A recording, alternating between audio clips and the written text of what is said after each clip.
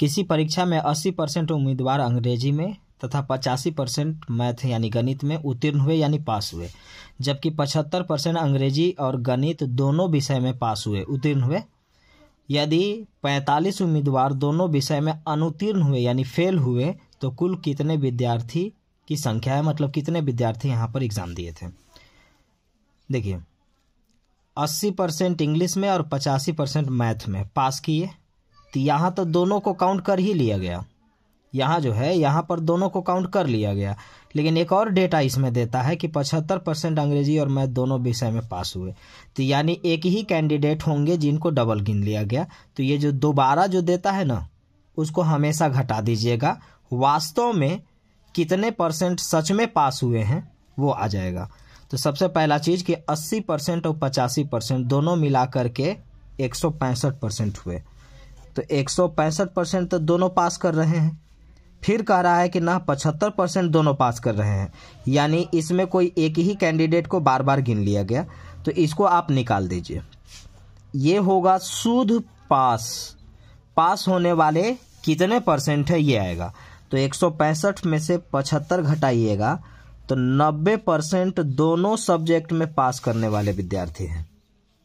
वास्तव में 165% नहीं है, इसलिए नहीं है क्योंकि यहाँ पर 2 सब्जेक्ट का पासिंग दे चुका था, तो फिर दोनों दे रहा है, इसका मतलब है कि एक ही कैंडिडेट को वो गिन चुका था।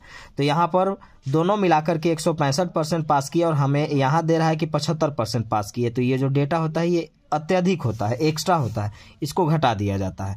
तो घटाएंगे तो 90% ये आएगा वैल्यू वास्तव में, यानी वास्तव में 90% स्टूडेंट हैं जो दोनों सब्जेक्ट में पास हुए हैं। तो अगर दोनों सब्जेक्ट में 90% पास हुए हैं तो 10% दोनों सब्जेक्ट में फेल करेंगे, क्योंकि परसेंट का मतलब टोटल 100 होता है। 100% में 90% 2 सब्जेक्ट में पास हैं, तो 2 सब्जेक्ट में फेल जो होंगे वो 10% होंगे, क्योंकि टोटल मिला के 100% होता है।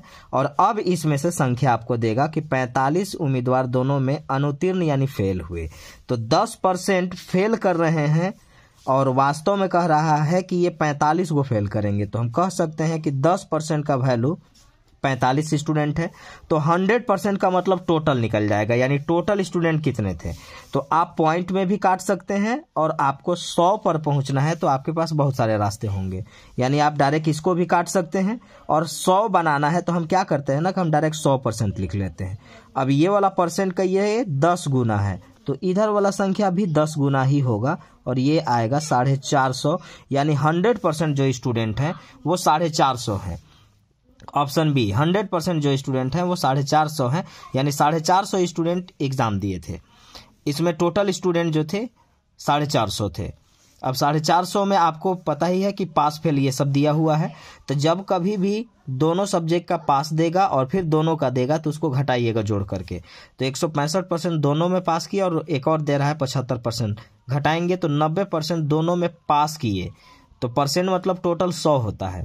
तो 90% अगर पास कर रहे हैं तो 10% फेल किए, तो 10% का वैल्यू 45 कैंडिडेट दे रहा है कि 45 को फेल किए थे, तो आपको 100% निकालना था। तो 100 निकालने के लिए 10 इधर और इधर दोनों तरफ गुना करेंगे तो भी आ जाएगा, या ऐसे भी कर सकते हैं आपके 10% का वैल्यू 45 स्टूडेंट हैं तो 5 से आप काट 10% का वैल्यू 45 है तो 1% का वैल्यू 4.5 होगा, तो 100% का जो वैल्यू होगा वो 450 होगा। तो आप ऐसे बनाएं कोई दिक्कत नहीं है।